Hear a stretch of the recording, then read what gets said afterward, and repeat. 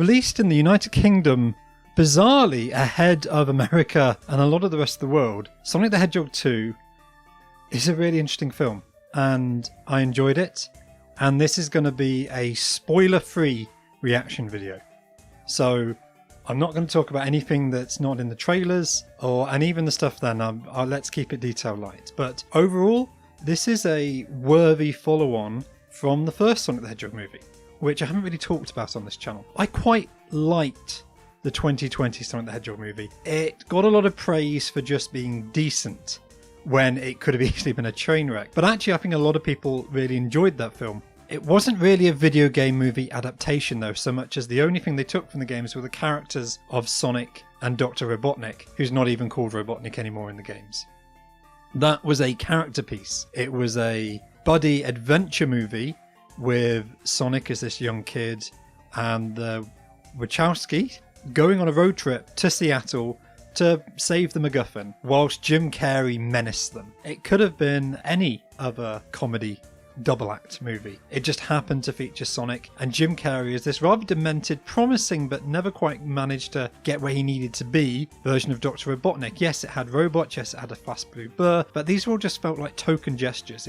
Could have been any movie with a CGI character. It just had Sonic branding slapped on it. And that was fine. It wasn't a train wreck. It was good. It was enjoyable. And actually, it led to a resurgence of the character in a lot of Western popular media outside of video games, which is fantastic.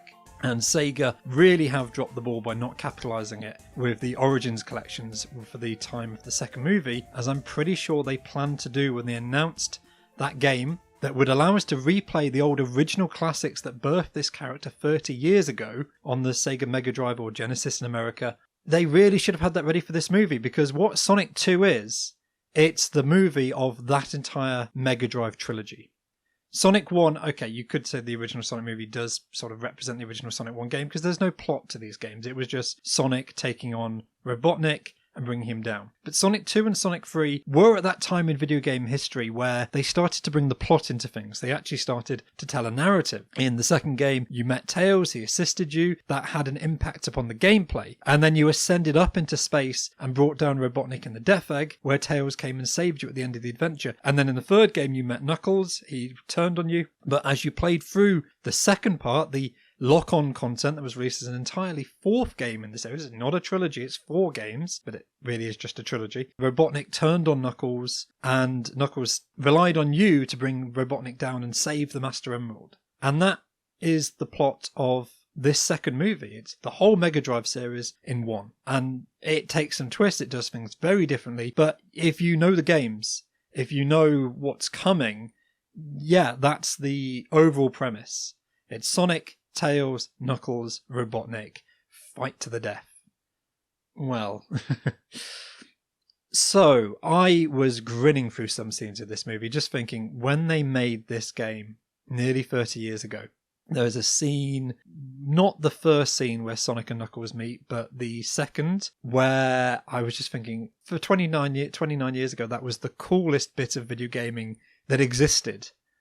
And now they couldn't have imagined it would have looked this good in a movie. Replicated, okay, not faithfully, but, you know, the theme, the concepts are there. There's so much stuff in this movie that I, as someone who's been invested in this franchise for such a long time, really enjoyed. At the same time, it does its own thing. It's not slavish. It doesn't care about being ultra faithful. It doesn't need to be. It's its own confident thing. If you enjoyed the characters from the first movie, the Wachowskis, they're back. It did appear at first that they were going to be relegated to some meaningless subplot. But actually, no. About halfway through the movie, it veers back towards them. It spends a lot of the first half... Okay, it spends a lot of the first quarter introducing the Wachowskis and then packaging them off, saying, okay, you're not really relevant to this main plot. Then you get the build-up with Tails and Knuckles and Robotnik all returning and the stakes being settled. But then the story goes back to the Wachowskis and the core character arcs. And this is a character... Even though it has stakes, and this is what it does that the first movie didn't. It has stakes. It has tension. But it goes back to the character, the buddy feel. It's a feel-good family movie. It's always been designed to be that. The first movie, that's what it did well. The second movie veers back towards that. And there's one scene that I thought, for a kid's movie, that's a delightfully intelligent way of making the franchise relevant. I'm not going to spoil it, but what do you think Sonic is famous for? He's famous because he's fast. He's famous because he grabs rings. and he's famous because he fights robots. This movie has all three of them, and the rings are important. I thought, you know what? That's a brilliant way of bringing the Wachowskis back in. But then this scene where the Wachowskis come back, it goes on for maybe 10 minutes too long. That joke really outstayed its welcome. It's a good feel-good movie. There were several points where the whole cinema was cheering, and that's fantastic to see. If you give into it, if you just enjoy the melodrama and let yourself be swept along, this movie paces itself fantastically. And every time the pin drops and the music amps up and you hear a song you might recognise, you know something cool is going to happen.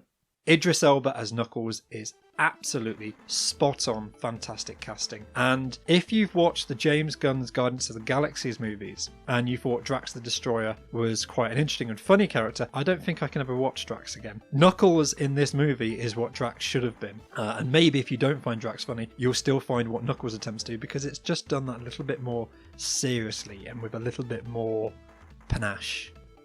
Or maybe not. So, Knuckles and Idris, brilliant. Jim Carrey builds upon what he did in the first movie. He was always playing his own interpretation, but now that the hair's gone, now that the mustache is here, Jim Carrey leans into it magnificently. And this really is the Robotnik I've been waiting for all these years.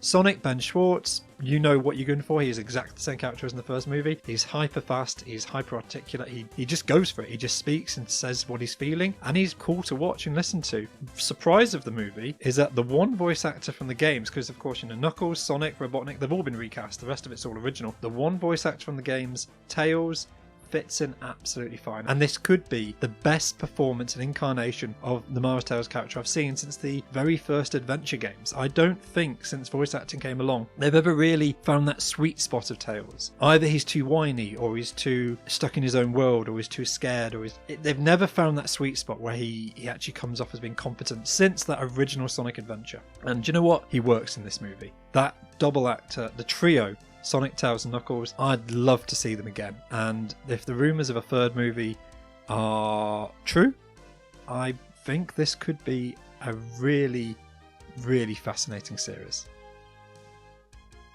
I don't think I spoiled anything there, did I? Please tell me if I did.